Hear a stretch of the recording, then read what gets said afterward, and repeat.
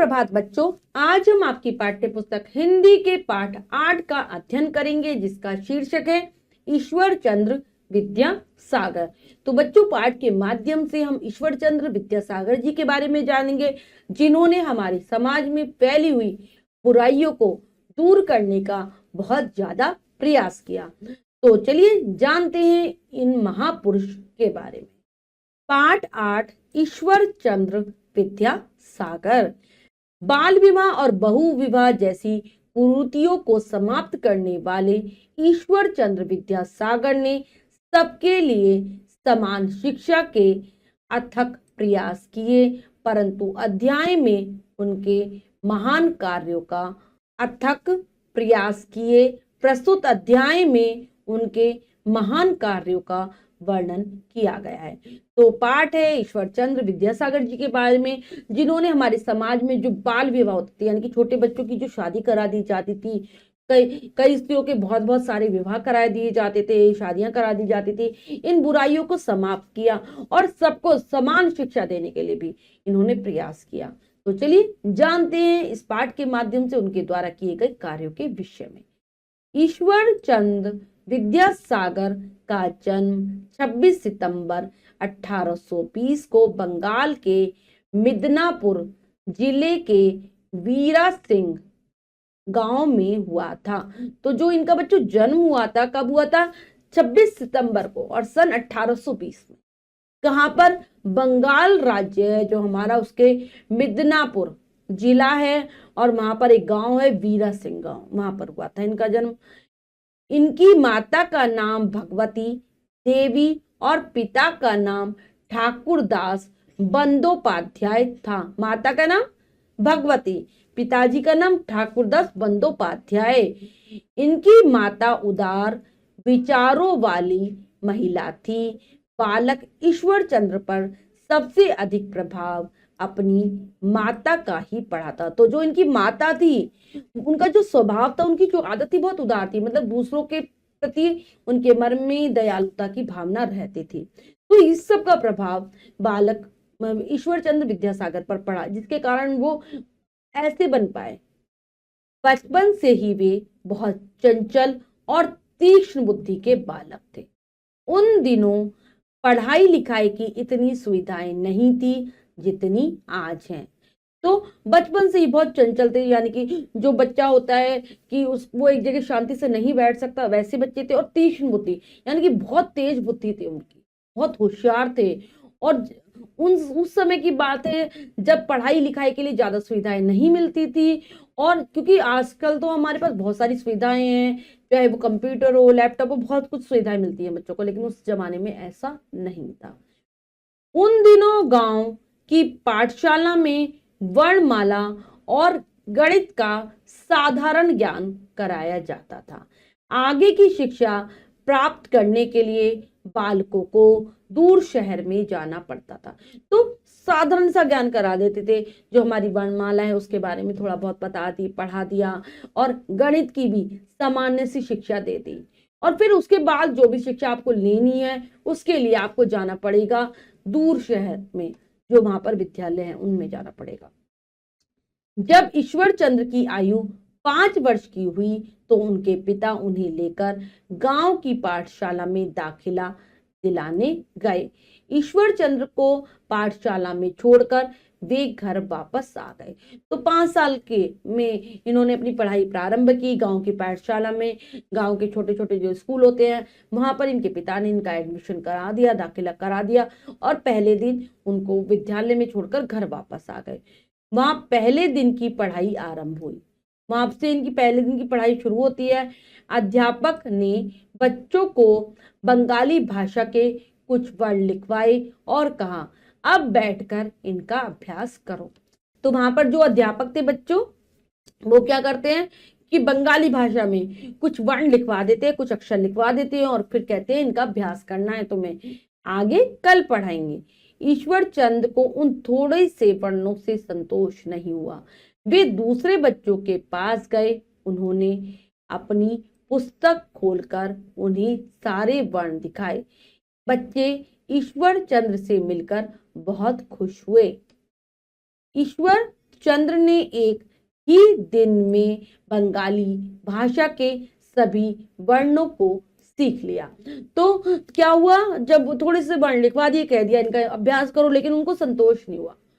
वो दूसरे बच्चों के पास भी गए और उनके पास जो वर्णमाला की जो पुस्तक थी उन्होंने उन बच्चों को दिखाई, और बच्चे भी बहुत खुश हुए ईश्वरचंद्र से मिलकर, और उन्होंने एक ही दिन में बंगाली भाषा में जितने भी वर्ण होते हैं सबको सीख लिया, अच्छे से सीख लिया एक ही दिन में। पाठशाला बंद होने तक उन्हें पूरी वर्णमाला अच्छी तरह याद हो गई। तो जैसे ही पाठशाला में छुट्टी का समय हुआ तो क्या हुआ, तो उनको पूरी वर्णमाला याद हो गई थी बंगाली भाषा के। यह देखकर सभी अध्यापक आश्चर्यचकित रह गए। पाठशाला बंद होने पर वे ईश्वर चंद्र के घर पहुंचे तो सबको आश्चर्य हुआ, अध्यापकों को भी, किसने एक दिन में ही सारी वर्णमाला याद कर ली। और जब पाठशाला बंद हो गई तो वो ईश्वर चंद्र के घर जाते हैं। ठाकुर दास ने समझा कि शायद ईश्वर चंद्र ने कोई शरारत की है और अध्यापक महोदय उसकी शिकायत लेकर यहाँ आए हैं। तब तक अध्यापक स्वयं ही बोल पड़े, आपका बेटा बहुत होनहार व प्रतिभावान है। तो पिता को तो ऐसा लगा कि शायद इन्होंने, ईश्वरचंद्र जी ने कोई शरारत की होगी, कक्षा में कुछ गलती की होगी, इसीलिए आए हैं शिकायत लेकर अध्यापक। लेकिन अध्यापक ने कहा कि आपका बेटा तो बहुत होनहार है, बहुत प्रतिभावान है, यानी कि बहुत प्रतिभाशाली है, होशियार विद्यार्थी है ये तो। इसने एक ही दिन में बांग्ला की पूर्ण वर्णमाला सीख ली। क्या कहते हैं वो, कि बहुत अच्छे लक्षण है, होनहार मतलब बहुत अच्छे लक्षणों वाला है आपका बच्चा, इन्होंने एक ही दिन में सीख ली। ठाकुर दास जी को जरा भी विश्वास नहीं हुआ। वे बोले, ये आप क्या कह रही हैं, यह कैसे हो सकता है।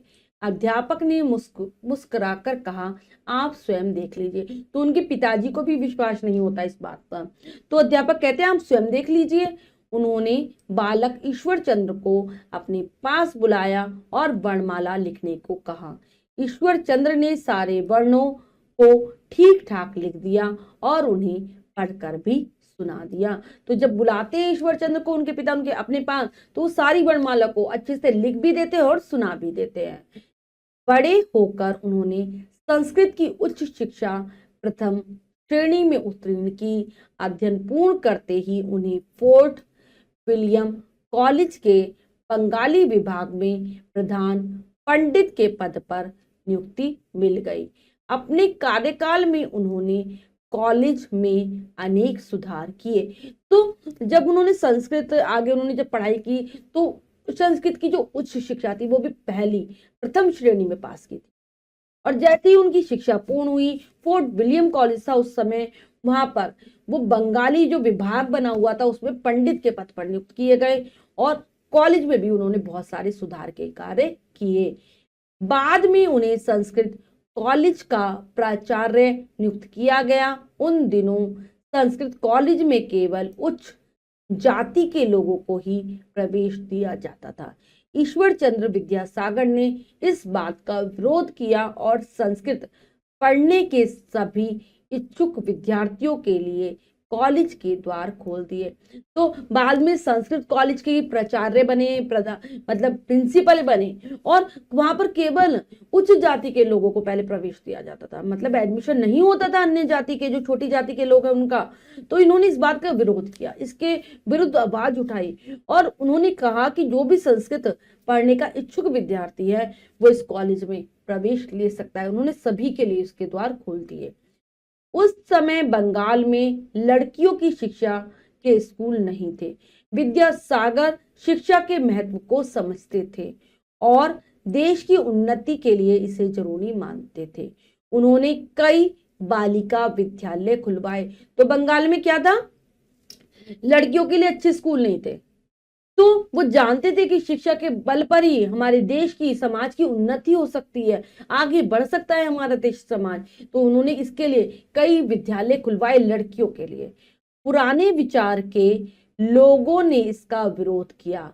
इस पर उन्होंने बालिकाओं को स्कूल ले जाने वाली गाड़ी पर धर्मशास्त्र की यह प्रसिद्ध उक्ति लिखवा दी, पुत्रों के समान पुत्रियों को भी शिक्षा पाने का पूरा अधिकार है। तो बहुत सारे लोग विरोध कर रहे थे कि लड़कियों को नहीं पढ़ाना चाहिए। तो जो बालिकाओं को गाड़ी स्कूल लेकर जाती थी, उन्होंने उस पर एक कथन लिखवा दिया कि पुत्रों के समान, बेटों के समान बेटियों को भी शिक्षा पाने का पूरा अधिकार है। तब समाज के संपन्न और कुलीन लोग स्त्री शिक्षा का विरोध नहीं कर सके। तो फिर समाज के जो बहुत संपन्न लोग थे, कुलीन यानी कि अच्छे कुल वाले, ऊंचे कुल वाले जो लोग थे, संपन्न मतलब धनी जो लोग थे, उन्होंने इसका विरोध नहीं किया, शिक्षा का, स्त्री शिक्षा का। उस समय बंगाल में एक कुलीन पुरुष कई विवाह कर लेता था। पति की मृत्यु हो जाने पर उसकी विधवाओं को नरक का सा जीवन गुजारना पड़ता था। उन्हें सिर मुंडाकर, सफेद कपड़े पहनकर और रूखा सूखा खाकर रहना पड़ता था। किसी भी शुभ कार्य के समय उन्हें देखना अशुभ माना जाता था। तो वहां पर क्या क्या बुराइयां फैली हुई थी बंगाल में कि कई जो बड़ी बड़ी वंश के पुरुष होते थे, बड़ी जातियों के जो पुरुष होते थे, कई सारी शादियां कर लेते थे। और अगर पति की मृत्यु हो जाए तो जो उसकी पत्नी है, उनका जीवन बिल्कुल नरक के समान, बहुत बुरा जीवन हो जाता था उनका। उनके बालों को कटवा दिया जाता था, उन्हें सफेद कपड़े पहनने के लिए मजबूर किया जाता था और रूखा सूखा भोजन दिया जाता था। और किसी भी शुभ कार्य के समय उनको सामने नहीं आना होता था। अगर वो आ जाती थी तो बुरा माना जाता था।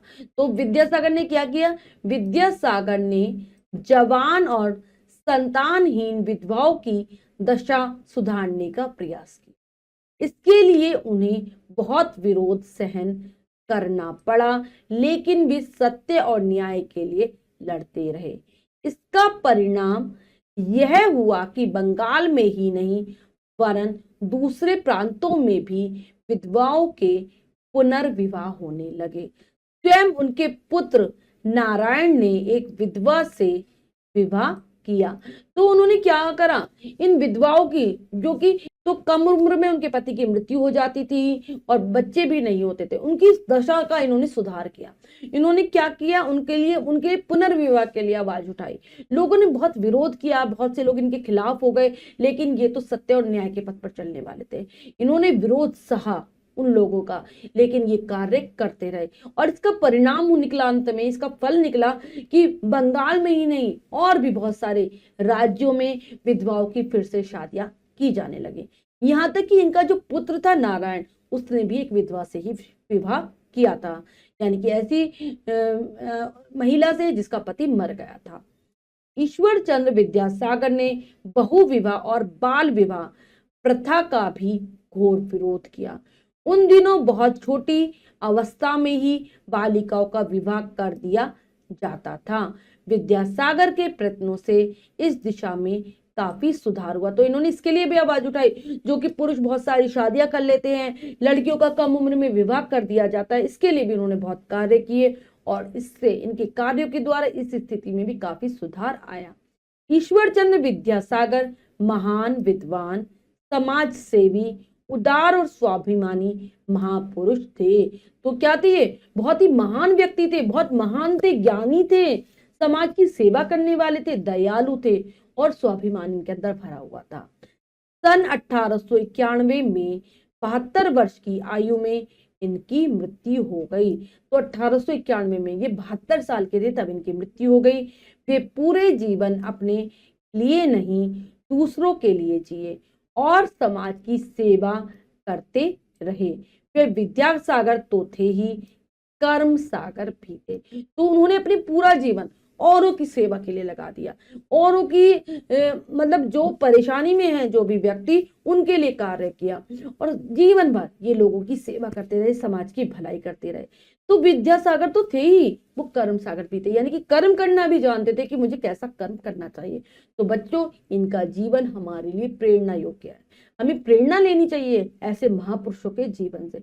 अब हम पाठ के शब्दार्थ कर लेते हैं। हमने पाठ को समझकर पढ़ लिया है। तीक्ष्ण, तेज, आयु, उम्र, आरंभ, शुरू, शरारत, शैतानी, होनहार, अच्छे लक्षणों वाला, प्रतिभावान, बुद्धिमान, इच्छुक, इच्छा रखने वाला, उक्ति, कथन, संपन्न, धनी, कुलीन, श्रेष्ठ कुल का।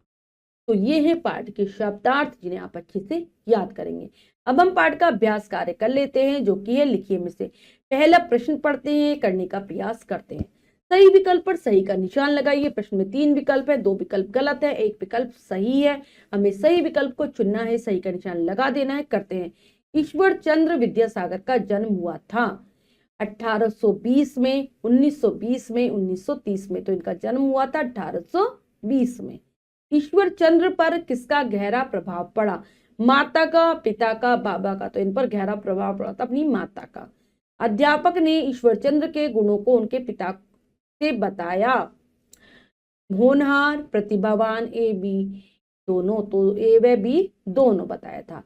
पुत्रों के समान पुत्रियों को भी क्या पाने का समान अधिकार है? धन, भोजन, शिक्षा। तो शिक्षा पाने का समान अधिकार है। ईश्वर चंद्र ने बाल विवाह का घोर सहयोग, विरोध, समर्थन। तो उन्होंने विरोध किया था, घोर विरोध किया। इसने ईश्वर चंद्र जी ने। नीचे दिए गए शब्दों से रिक्त स्थान भरिए। तो हमें बच्चों रिक्त स्थानों की पूर्ति करनी है उचित शब्दों के द्वारा। करते हैं। वे बड़े, क्या आ जाएगा? चंचल और तीक्ष्ण बुद्धि के बालक थे। अध्यापक ने बंगाली भाषा के कुछ वर्ण लिखवाए। उन्होंने संस्कृत की उच्च शिक्षा प्रथम श्रेणी में उत्तीर्ण की। विद्यासागर क्या समझते थे? नारी शिक्षा के महत्व को समझते थे। वे विद्यासागर तोते ही कर्म सागर भी थे। तो ये हमने कर लिया। इसके बाद हमारा अगला प्रश्न है, सत्य कथन पर सही तथा असत्य कथन पर गलत का निशान लगाइए। तो बच्चों में सही गलत बताना है। करते हैं। विद्यासागर की मृत्यु सन 1894 में हुई थी। नहीं, 1891 में हुई थी। उन दिनों भी पढ़ाई लिखाई की बहुत अच्छी सुविधाएं उपलब्ध थी। नहीं, ऐसा नहीं था। ईश्वर चंद्र ने एक ही दिन में बांग्ला के सभी वर्णों को सीख लिया। बिल्कुल सही। ईश्वर चंद्र विद्यासागर ने संस्कृत कॉलेज के दरवाजे संस्कृत पढ़ने के सभी इच्छुक विद्यार्थियों के लिए खोल दिए। बिल्कुल सही।